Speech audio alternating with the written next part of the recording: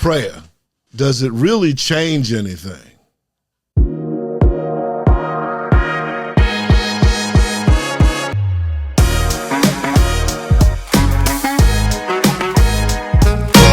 Hello, everybody. Welcome to the Seeshow, and I'm your host, Mr. C. Here at the show, we gravitate to those things that bring us together. It's all part of the human experience. We have more in common than we do at variance. Miss V, what you got for us today? What is prayer? What is what? What is prayer? Well, why prayer? Why not prayer? Okay, yeah. Prayer, I can dig it. I had a girlfriend I used to pray for. I used to pray for her to get another boyfriend. But I think you're talking about something else, are you not? Yes. Okay. Talking about the power of prayer. The reality of prayer. Yes. Hitman, you got any examples of prayer in your life, man? Oh, yeah, I have one example. I'm an artist at school, and I was so poor one time, couldn't even afford my own, pay for my tags, little stickers on your tags. What kind of tags you talking about? You talk about the year and the day, the year and the month on your tags. Oh, you mean on your car? On your car. Okay, yeah. got you. Mm-hmm. Got you. And I think I drew it out. I drew it out because I couldn't even afford to buy it, Yeah. And I don't know. I was riding up 64 one day, Highway 64, and right. Seen a sheriff. He was way over the left-hand side of me, and I kept going. I passed him, and he kept moving over and over to the right-hand side. 64 in this state is the interstate, if you don't know that. Right. Okay, got you. And he got right behind me and flashed his lights. And I said, oh shit,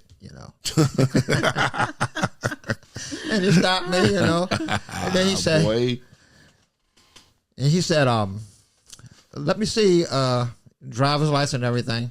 Then he told me to get out the car, and he asked me, where did I get those stickers? And I said, well, I got it off of my wife's car because I couldn't afford to buy one. And then he said, look, if you don't tell me the goddamn truth, I'm going to bust your ass and take you down to jail. Whoa, this was a law enforcement officer yes, a law speaking enforcement to officer. you this way? Mm-hmm. Oh, my goodness. Yeah. Well, and I found out. And so I told him I drew it. He said, you drew this? And he got behind. Wow. And he called another sheriff. And the only reason why he looked suspicious because it was the wrong color, That's the only reason why I got caught. What was the wrong color? You were the wrong color or what? No, the stickers. Oh, the sticker was the wrong color. The year got you. And the month were the wrong color. And you got another sheriff to come and look at it, so they pound my car. And then but they didn't arrest me or nothing, so I got in the truck that came to pick my car up. I got in the truck with him.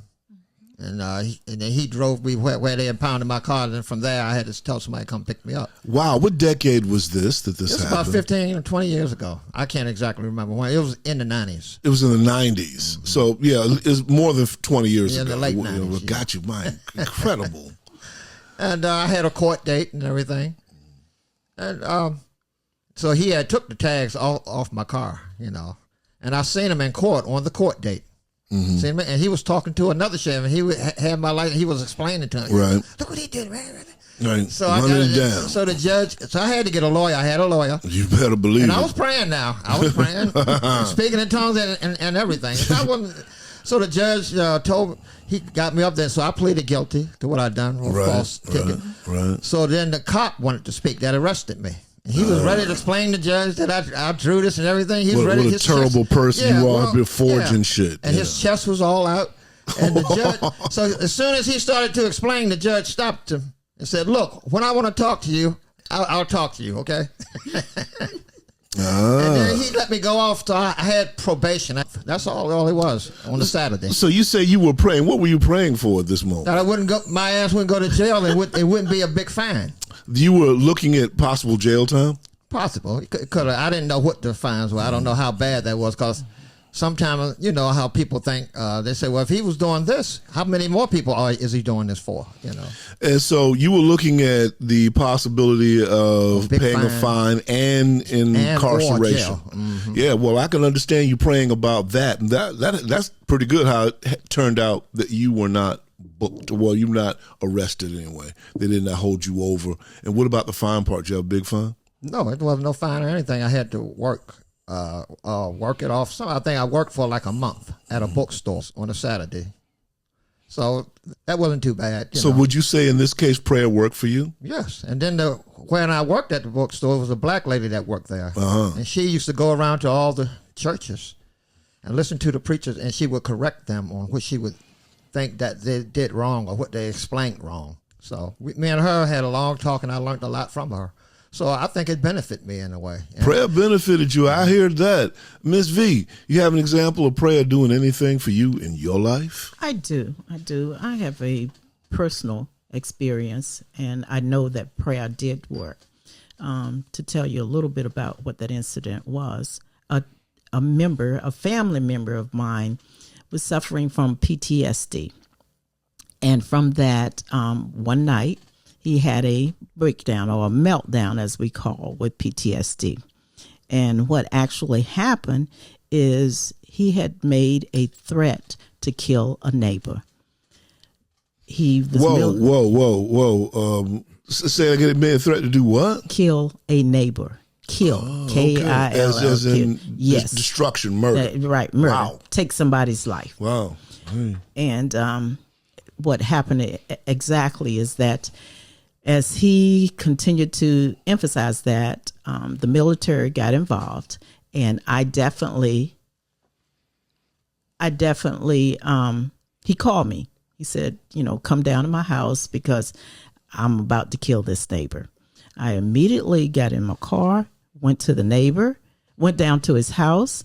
At that time, as I get out the car, then the police with the SWAT team. You went down to whose house? The family member's house? Yes, I went down because they told you they were getting ready to kill somebody. Exactly. 10-4. Exactly. And, can you come down here? Right. So I immediately did that, went down to the house, and as I'm getting out of my vehicle, my car, then the SWAT team and the police came immediately to me, apprehended me, would not allow me to go in his house. And definitely from that, not going into a house, they took me aside.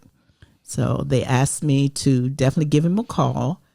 And now I'm frightened. I don't know. Now totally, you're frightened. Yeah, yes, I can understand being frightened. If this SWAT grabs you, you come into your family member's place, house. SWAT grabs you before you get there. I get there. I can understand you being frightened on that. So definitely frightened. And so now I'm wondering what's going on. Where is he? Where's a family member? Yes. And so one police officer came up to me and said, well, we can't let you go in there because of what he has attempted or said he's going to do.